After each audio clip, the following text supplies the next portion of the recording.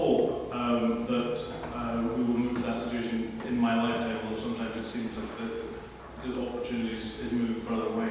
Can I just point out that yesterday we came to the end of the Queen's speech debate. So the debate on the legislative programme the government is putting forward for the next 12 months. We are allowed to propose one amendment to that Queen's speech, and in doing this year what we did was we regretted the fact that there had been no provision within the legislative programme to allow for a referendum on whether Britain stayed in or whether Britain leaves the European Union. We, as a party, obviously voted for that. 6 Conservatives joined us. I think there are a lot more Conservatives who ought to be honest and admit that that's really what they want, and that, I hope, we will still be able to influence people to have that referendum. And then both David and I will be happy, and we can get on having this kind of debate all over the country. Yes, I mean, obviously PR does benefit us. It benefited us. We get 10 MEPs, that's from 16% of the vote under PR. So yes, it does. I mean, we are looking in policy terms. I'm head of policy, so we're working on 18 policy groups at the moment, one of which is constitution. We're looking at PR, maybe alternative vote, which is a system. You get a kind of division between the sort of the theoretical, you know, what should happen, and actually the practical politics of, well, this actually gets you elected members, you know, to be honest. So there's always that kind of juxtaposition between it.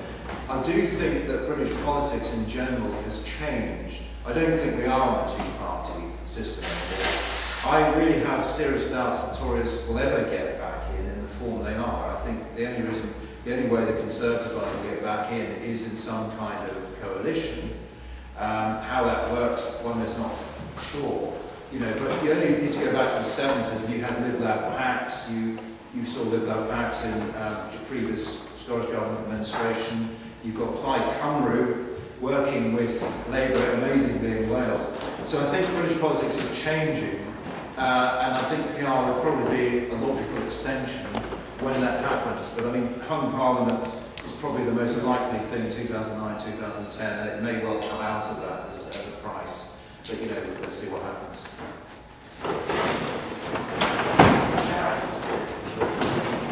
My question.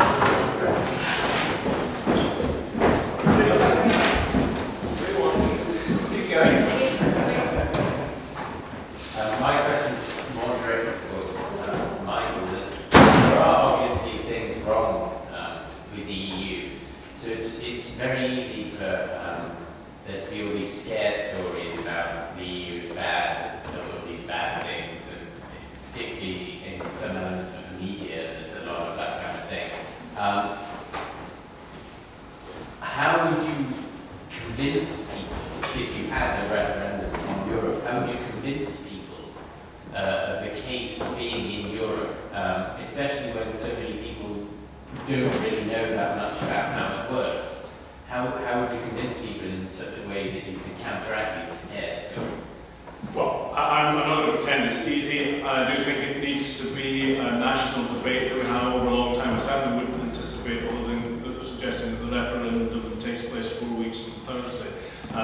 We need to have a genuine debate about all the parts of Europe, all the different aspects I've mentioned this evening, and plenty of others that David's brought into it, and that we need to think about very deeply. I actually think that when you crystallise this around the should we remain part of Europe or should we go outside the European Union, then actually you make businesses of this country think very seriously about where their interests lie. You actually make the media think very seriously about where Britain's interests lie. Because I actually think there's quite a difference between taking issue with particular provisions in a particular treaty, and we all get excited otherwise about, probably not actually, about the intricacies of what's going on in this particular treaty. But when we have to look in the mirror and say, do I really want to be outside Europe, or do I think that my future lies within it and I want to keep battling to reform it? I think that's a very critical, fundamental decision. I think that in the media, in business, in academia, in British cultural, political life, outside Parliament, everywhere else, we will get a proper debate. But we ought take some time on. We debate political policies, party policies for years before a general election, and likewise we should do this too. My worry at the moment is that too few people are still willing to put their heads above the parapet at this moment to make a